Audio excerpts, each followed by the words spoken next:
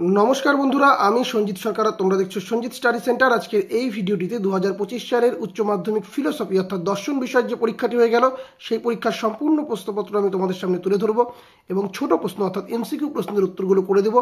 তোমরা সেই প্রশ্নের উত্তরগুলো মিলিয়ে নিতে পারো। তার আগে বলো যারা যারা আমার দেওয়া সাজেশন ফলো করেছিলে তারা কেমন কমন পেয়েছো এবং তোমাদের পরীক্ষা কেমন হয়েছে অবশ্যই কিন্তু তোমরা কমেন্ট করে জানিও। তো চলো শুরু করা যাক আজকের এই গুরুত্বপূর্ণ আলোচনা। প্রথমে আমরা এমসিকিউ চলে আসবো যে অবরাহ যুক্তিবিজ্ঞান একটি অপশন সি আকারনিষ্ঠ শাস্ত্র।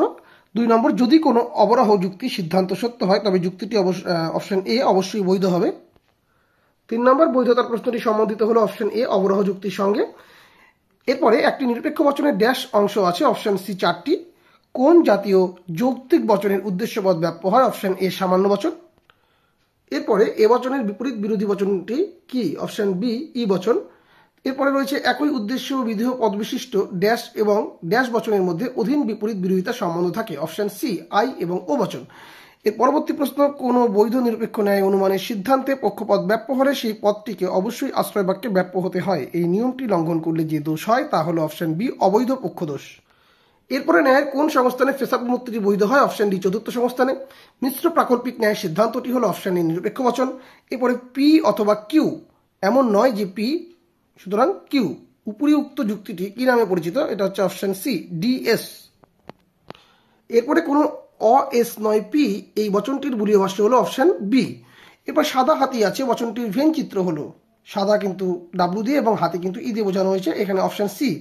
তারপরে দেখো পি ভেল পি হর্ষ কিউ পি হর্ষ পি এই যৌগিক বাক্যটি সর্বদাই অপশন এ শতসত্য। এরপর পি সত্য হলে পি ভেল কার্ল পি এর শতমূল্য হবে অপশন এ সত্য। যদি পি ভেল কিউ মিথ্যা হয় তবে পি হর্ষ কিউ এর শতমূল্য হবে অপশন এ সত্য। অনেকে হুকও বলে ওটাকে।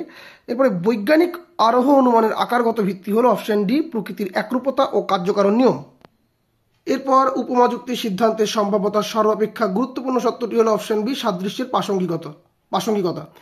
আরোহমূলক লাভ কোন জাতীয় যুক্তির মুখ্য বৈশিষ্ট্য অপশন বি আরোহ যুক্তি। এবার পরিমাণের দিক থেকে কারণ ও কার্য সমান এ কথা মনে করেন অপশন বি কার্ভেত রিড। ক হলো খ এর আবশ্যিক সত্য এই কথার অর্থ হলো অপশন সি যদি ক না ঘটে তবে খ ঘটে না। এবারে বহু কারণবাদের সমর্থক হলেন অপশন সি মিল ও বেইন। মিলের যে আরোহ পদ্ধতিটি কোনো অপ্রাসঙ্গিক ঘটনাকে বর্জন করতে পারে না তা হলো অপশন সি অন্যই ব্যতিরেকী যুগ্ম পদ্ধতি।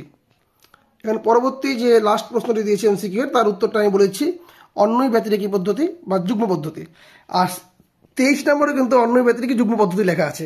কেন যুগ্ম পদ্ধতিটা আমি বারবার করে দেখাচ্ছি এটা তোমরা পরে জানতে পারবে। এরপরে এসএকিউ এর প্রশ্নগুলো তোমরা দেখে নাও।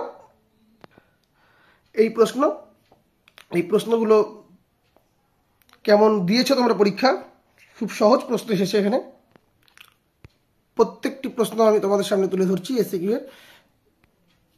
এই প্রশ্নগুলো তোমরা দেখে নাও। এই তোমাদের প্রশ্ন এসএকিউ। এবার বড় প্রশ্নে চলে আসছি আমরা। এখানে কিন্তু বলে দেওয়া হয়েছে এই যে নিরপেক্ষ বচনের পদের ব্যাপ্যতা আমি বলেছিলাম খুবই গুরুত্বপূর্ণ প্রশ্ন এই বছরের জন্য।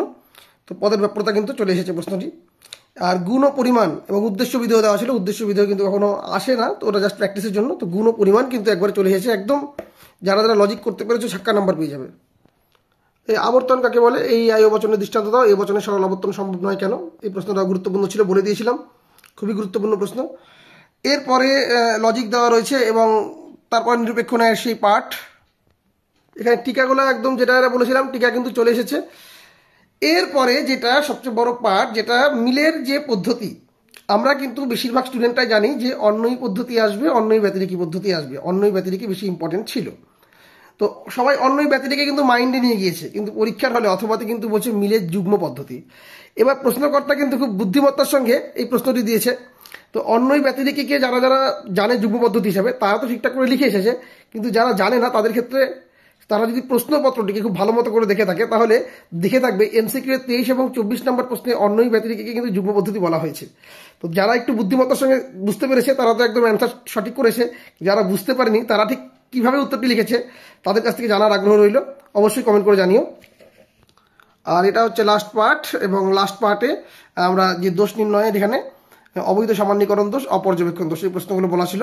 তো এই ছিল তোমাদের সম্পূর্ণ প্রশ্নপত্র। পরীক্ষা কেমন হয়েছে অবশ্যই জানিও। ভিডিওটি ভালো লেগে থাকলে লাইক করো, কমেন্ট করে তোমরা তোমাদের মতামত জানিও, বন্ধুদের মধ্যে শেয়ার করো। চ্যানেলে প্রথম হয়ে থাকলে অবশ্যই সাবস্ক্রাইব করে পাশে দেওয়া নোটিফিকেশন বেল আইকনটি ক্লিক করে রেখো পরবর্তী আপডেট পাওয়ার জন্য। তোমাদের আগামী পরীক্ষাগুলো খুব ভালো হোক এই শুভকামনা জানিয়ে আজকের ভিডিও এখানে শেষ করছি। দেখা হবে অন্য কোনো ভিডিওতে। ধন্যবাদ।